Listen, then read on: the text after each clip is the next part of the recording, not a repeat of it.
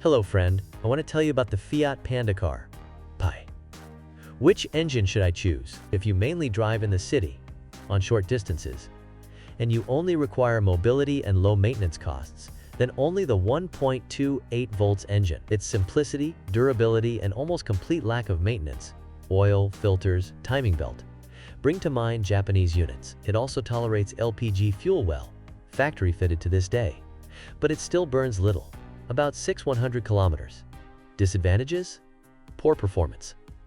It is difficult to say anything about the 1.0 mild hybrid engine at the moment, as it was introduced recently, and there are very few cars with this unit on the market. When driving a lot, also on longer routes, it is worth considering for a longer time. On the one hand, we have a more pleasant than 1.2 petrol unit 0.9 twin air, which generates more power, but also torque. It is connected to a 6-speed gearbox. On the other hand, there is the very economical 1.3 multi-jet diesel with even higher torque and similar performance, although only with a 5-speed gearbox. Both units are modern and much more complicated than 1.2, so in my opinion they are only aimed at demanding people, or those looking for a Panda 4x4. The Panda 4x4 is almost a separate model. The Fiat Panda 4x4, offered under names such as cross, trekking, or climbing, is a car exactly the same as the regular Panda, but with four-wheel drive. A multi-plate clutch is responsible for engaging the rear axle drive. Despite its urban character, the Panda 4x4 copes well off-road, as long as it has enough power. In some conditions, when it is very tight, even better than real off-road vehicles. The Panda 4x4 should be treated a bit differently, because some of the shortcomings of this model cease to be significant in the face of its enormous mobility. Austrians, Italians, and Swiss living in the mountains buy this car for its traction qualities.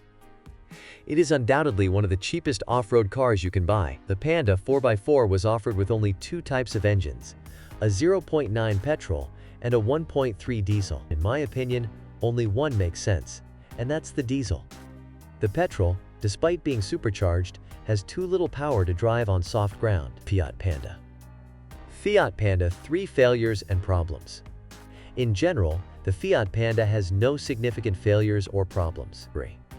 Rather, typically for Italian cars, minor faults that do not affect mobility. Failures of locks, handles, equipment, including the radio, burnt-out bulbs or knocking shock absorbers at the rear are all that can be faulted. Users praise the cheap parts and excellent protection against corrosion. Sometimes they complain about failures of the electric power steering, but usually because of too frequent use of the city mode.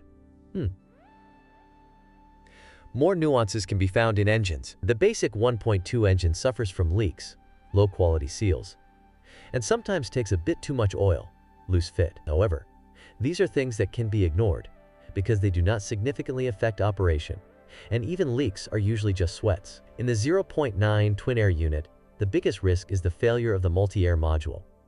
At an early stage, it can be regenerated, which only some workshops do. The first symptom is noise coming from under the hood, then the check engine light.